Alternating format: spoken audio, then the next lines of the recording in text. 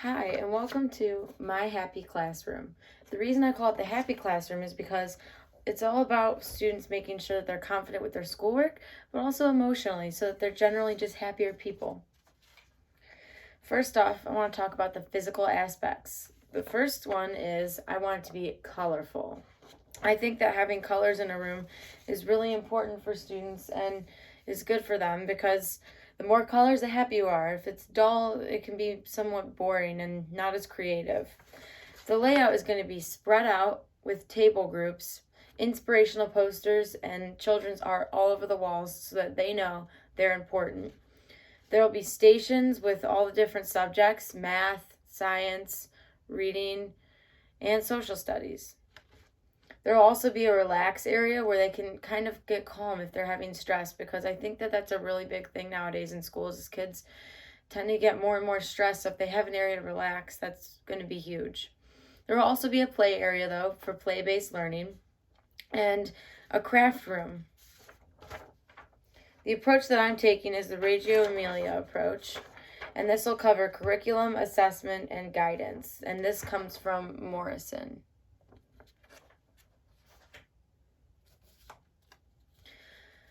In this, children lead their own curiosity by asking questions, and so they lead the learning and what's going on in the classroom.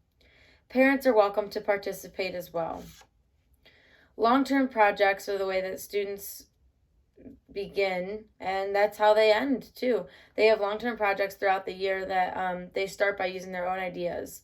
The classroom is the third educator after the parent and the teacher. So the environment is really important, and that's why my physical aspects are also just as important. Based on Piaget, Dewey, and Vygotsky, this is also a constructivist approach. Curriculum is not emergent, it is emergent, it's planned out, and it happens as you go. And I think that's also important because there aren't any constrictions or borders or guidelines on when things have to be done. Students can just learn as they go. Students' work is based on the 100 languages of children. And there's a special teacher for art and for crafts and all kinds of other things, which I think is really important for the creative juices to get flowing in the atmosphere. There's also the studio, which is my craft room, for arts and crafts, which is a perfect place for the kids to show all of their creativity and everything else that they would have going on during class. This also focuses on respect for children, relationships, and time. This is really big because the children deserve all the respect that they can get while they're trying to learn all this important material. Relationships are huge, so I had tables so that they can build relationships with each other and with the teachers. And time is awesome because there aren't any guidelines on when things have to be done or started, and it's all about learning and being creative. Teacher roles. Collaborate with other teachers, organize a learning environment, record the learning sessions so the class can remember what they did, reflect on it, and review on it. Observe the students.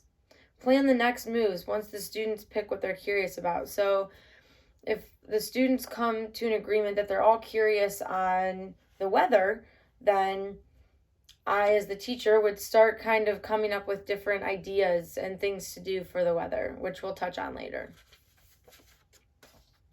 Teachers are almost like the students because they act as their partners, and I think that's really great because students can see you almost as an equal, not quite, but a little bit of as an equal, so that you can start to have a nice similar ground for the student and the teacher, and they don't feel so much pressure coming from the teacher.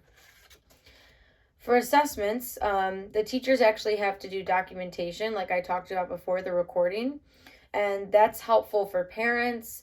It helps teachers grow, and they can kind of bounce off of each other and see what they're doing, so it provides a great lane of communication. And it helps students know what they're doing, so they understand that the work that they're doing isn't unnoticed. It has a value.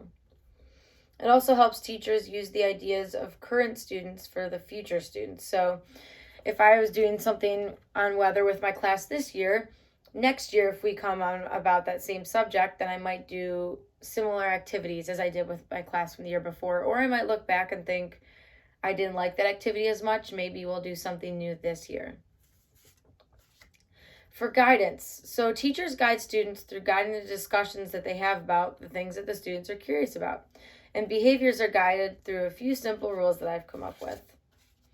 Treat everyone with love and kindness, respect teachers, respect the classroom, and respect your classmates.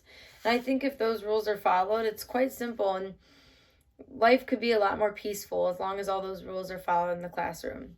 For curriculum, for an example, if the students were curious about weather, we would go outside at the start of each class and record the weather. We also would talk about these observations and make connections to the things that I would maybe make PowerPoints about weather. So you kind of go as you learn, and if we were talking about weather, then I would start making PowerPoints about weather. And then we could kind of start, you just construct things and you build as you go, and that's the whole Reggio Emilia approach. So that's my classroom, and here is my references. So thank you for coming and taking a peek into Alexa's Happy Classroom.